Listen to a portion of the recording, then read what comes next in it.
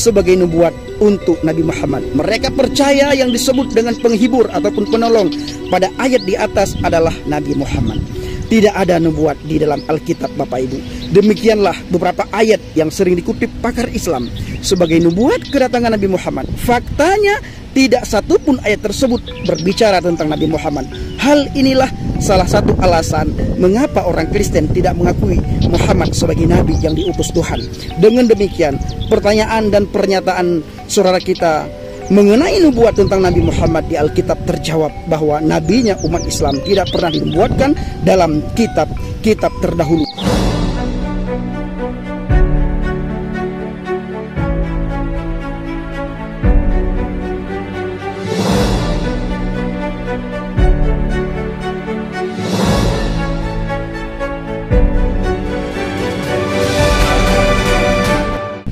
Haleluya, haleluya, haleluya. Shalom alaikum Bishem Hamasiyah. Salam Aki. Aku kabarkan Injil keselamatan. Bapak Ibu yang dikasihi Tuhan, ketemu lagi dengan saya Evangelis Afraham Effendi Usman. Anaknu Meyo Khadim. Kita ini sangat istimewa. Saya istimewa, saudara istimewa, dan kita semua adalah orang-orang yang sangat istimewa di mata Tuhan. Pada video kali ini Bapak Ibu belum menunjukkan wajah dikarenakan begitu melelahkan pelayanan akhir-akhir ini. Banyak bertemu dengan orang untuk ajak sharing, ajak diskusi mengenai iman atau mengenai Injil atau mengenai hal-hal yang di atas alias hal akhirat nantinya.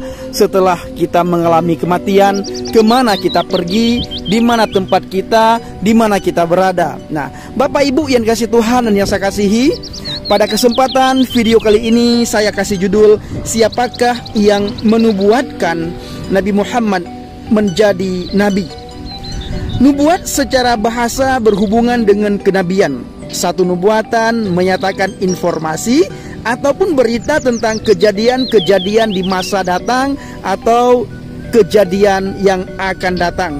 Pertanyaannya, adakah nubuat tentang Muhammad di Alkitab ataupun kitab-kitab terdahulu alias kitab sebelum Al-Quran alias kitab Zabur, Taurat, dan Injil? Nah, kedatangan Yesus Kristus atau lebih dikenal oleh saudara kita dari seberang Bapak Ibu dinamakan Isa Al-Masih itu dinubuatkan oleh para nabi, dan jelas ada banyak ayat di dalam Bible tentang kedatangan Yesus Kristus. Nah, Al-Quran mengatakan tentang Yesus Kristus atau yang lebih dikenal Isa Al-Masih adalah seorang terkemuka di dunia dan di akhirat. Itu tertulis dalam surat Ali Imran.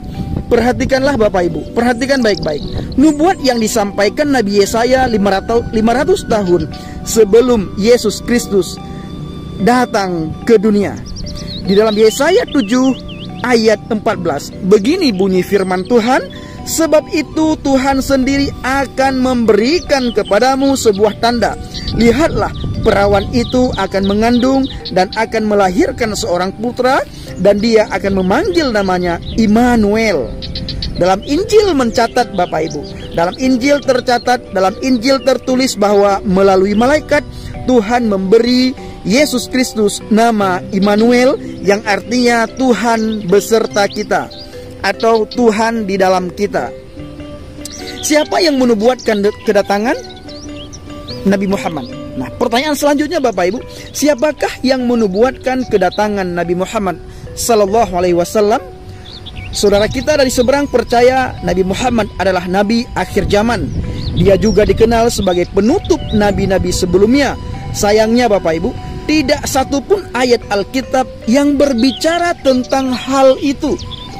Kitab-kitab terdahulu sebelum Al-Quran, kitab Zabur, Taurat, dan Injil, tidak ada satu ayat pun tertulis di dalam Alkitab atau dikatakan dalam Alkitab akan datang nantinya Nabi Muhammad, alias kedatangan Nabi Muhammad, atau lebih dikenal nubuatan tentang kedatangan Nabi Muhammad. Ini tidak ada tertulis di dalam Alkitab.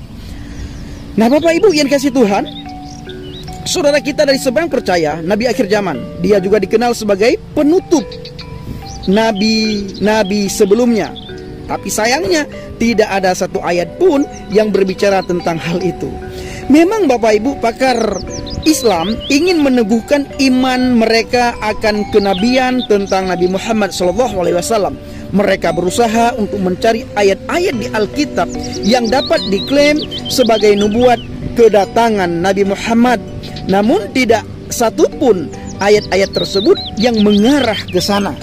Tidak ada satu ayat pun tertulis di dalam Bible, dalam kitab Zabur, Taurat maupun Injil tentang kedatangan Nabi Muhammad, tentang nubuatan akan datang Nabi Muhammad. Itu tidak ada satu ayat pun Bapak Ibu yang dikasih Tuhan. Lalu adakah nubuat tentang Nabi Muhammad di Alkitab? Saya sudah katakan tadi tidak ada. Nah, beberapa ayat Alkitab yang sering digunakan pakar Islam sebagai nubuat kedatangan Nabi Muhammad. Perhatikan baik-baik Bapak Ibu. Yang pertama sekali, Ulangan 18 ayat 18. Ayat ini sering sekali dipakai oleh saudara kita, dimunculkan ataupun dipublikasikan oleh mereka, di mana mereka sering mengambil ayat ini, mengutip ayat ini. Di situ tertulis, aku akan membangkitkan seorang nabi bagi mereka dari antara saudara-saudara mereka, orang-orang Israel, seperti engkau Musa, dan aku akan menaruh firmanku dalam mulutnya, dan dia akan mengatakan kepada mereka semua yang akan aku perintahkan kepadanya. Ulangan 18 ayat 18. Ayat di atas Bapak Ibu, ayat tersebut firman Tuhan pada Musa. Tuhan mengatakan akan ada seorang nabi dari antara saudara mereka. Yang dimaksud dengan mereka di sini adalah bangsa Israel. Sebab ketika firman Tuhan itu disampaikan oleh Musa, dan ketika Musa sedang berbicara di tengah-tengah saudaranya, yaitu orang-orang Israel, jelas Muhammad tidak berasal dari bangsa Israel, tetapi Nabi Muhammad berasal dari suku Quraisy. Nabi Muhammad sekali lagi bukan berasal dari bangsa Israel atau Yerusalem atau orang Israel. Yang kedua Bapak Ibu, dan tidak pernah ada nabi seperti Musa yang bangkit di Israel, yang Tuhan kenal dengan berhadapan muka. Tertulis di dalam Ulangan 34 ayat 10. Nah, sulit memang Bapak Ibu, sulit sekali diterima akal mengapa umat Islam, saudara kita dari seberang, mengklaim ayat di atas sebagai nubuat untuk Nabi Muhammad. Sekarang muncul para mu'alaf. Para mu'alaf itu sering sekali mengambil ayat tersebut, lalu mereka berkata bahwa ayat itu nubuatan tentang Nabi Muhammad. Padahal kita ketahui bahwa Nabi Muhammad bukan berasal dari Israel, tapi berasal dari kaum Quraisy.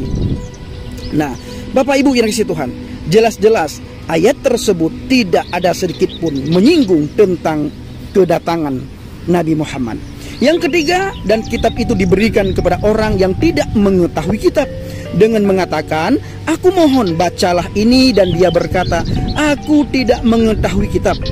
Di mana tertulis? Di dalam Yesaya 29 ayat 12. Saya akan bacakan Bapak Ibu, Yesaya 29 ayat 12. Dan kitab itu diberikan kepada orang yang tidak mengetahui kitab, dengan mengatakan, aku mohon bacalah ini, dan dia berkata, aku tidak mengetahui kitab. Menurut kepercayaan saudara kita dari Islam, Nabi Muhammad tidak dapat membaca ataupun menulis. Itulah alasan mereka mengklaim ayat di atas sebagai nubuatan tentang kenabian Nabi Muhammad SAW. Apakah benar demikian? Jelas, ayat di atas tidak ada hubungannya dengan Muhammad. Sebab bila disimak pada ayat selanjutnya, khusus ayat 13 dan 14, ayat ini merupakan teguran keras dari Tuhan atas sikap bangsa Israel yang bebal dan firman Tuhan. Oleh karena bangsa ini mendekat dengan mulutnya, dan mereka menghormati aku dengan bibirnya, tetapi hatinya menjauh dariku, dan rasa takut, Bapak Ibu, dan rasa takutnya kepadaku adalah perintah yang diajarkan manusia.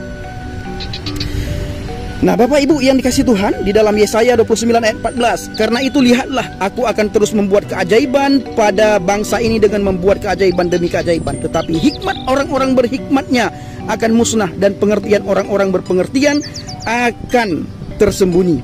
Jadi jelas orang Islam tidak menganggap Muhammad bebal seperti bangsa Israel pada masa itu. Keempat, dan aku akan meminta kepada Bapa, dan dia akan mengeruniakan kepadamu penghibur yang lain, supaya dia tinggal bersama kamu selamanya. Dalam Yohanes 14 ayat 16. Siapa yang dimaksud dengan penghibur ataupun penolong yang lain itu? Penghibur penolong yang lain adalah roh kebenaran, bukan manusia, yaitu roh kebenaran yang dunia tidak dapat menerimanya karena dunia tidak dapat melihat dia, juga tidak mengenalnya. Namun kamu mengenalnya karena dia tinggal bersama kamu dan akan berada dalam kamu.